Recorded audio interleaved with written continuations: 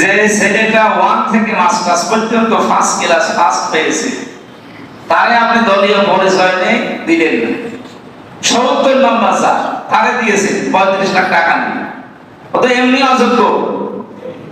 ও যদি এখন চেয়ারে বসে চেয়ারটা নষ্ট করবে না?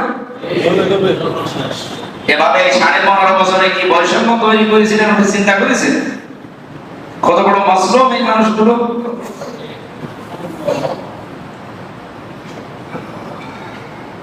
এই কাতারের শিক্ষাটা নিয়ে যখন জনগণ বলেছে না সব আমরা এখন এক, কিসের আওয়ামী লীগ, কিসের বিএনপি, কিসের জামাত, আমরা চাই এই বৈষম্য যেন না থাকে, সব জায়গায় এক হয়ে, তখন জালেম পাঠিয়েছে।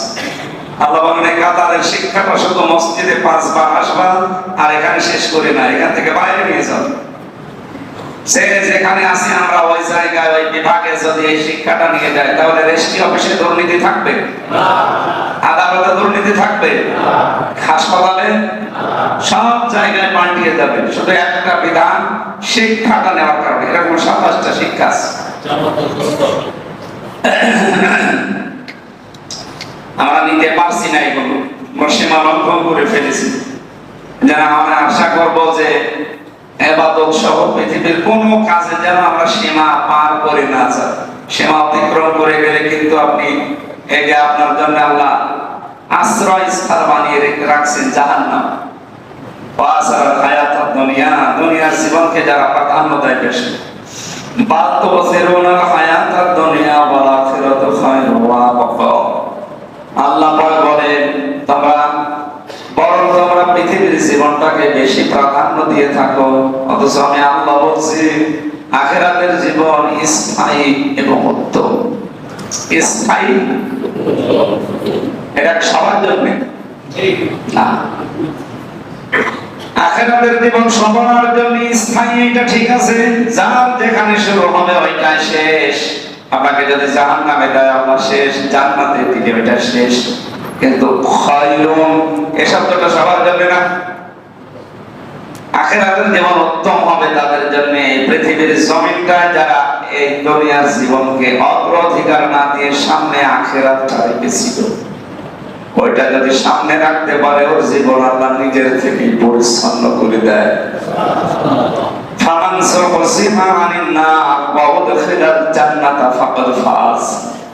মানুষের জীবন তো সফল ওইটা যাকে আল্লাহ জাহান্নামের কাছ থেকে আস্তে আস্তে ছেড়ে দিয়ে জান্নাতের কাজের দিকে আস্তে আস্তে এগিয়ে দেয়।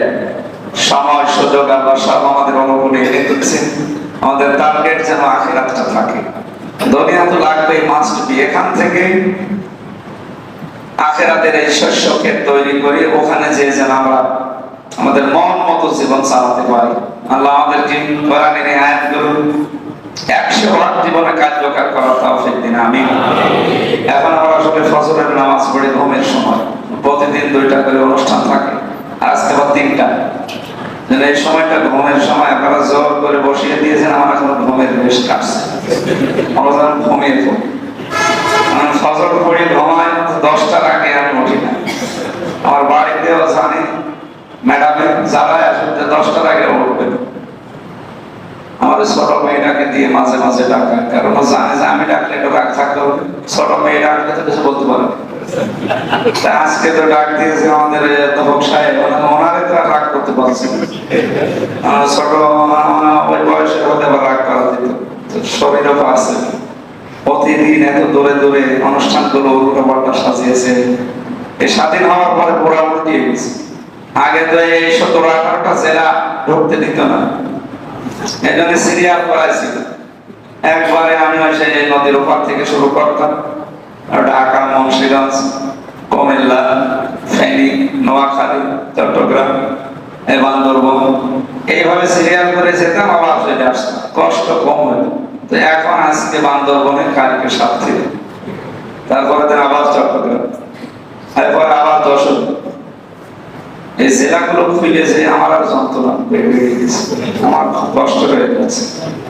গতকালকে অনেক দূরেছিলাম, আজকে যে আপনাদের এখানে আছে দুপুরবেলা আবার মাগুরা, আবার বিকালবেলা আসা লাগবে ফরিদপুর সদরপুর। শরীরটা স্বাভাবিক হচ্ছে না, কি খাওয়াইছে ওরা আপনার জানেন। চেষ্টা চালাচ্ছি কিন্তু হচ্ছে না। এই ঘুমের কারণে শরীরের কন্ডিশন যেহেতু ভালো না, দোয়া চাচ্ছি, দোয়া করছি, আগামীতে সময় পেলে আমরা কথা বলবো।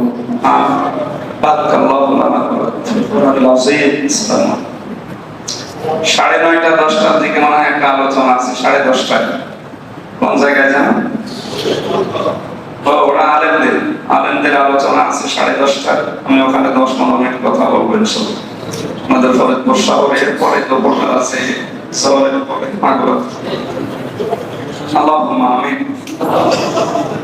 লা ইলাহা ইল্লা আনতা সুবহানাকা ইন্নী কুনতু মিনাজ জালিমিন।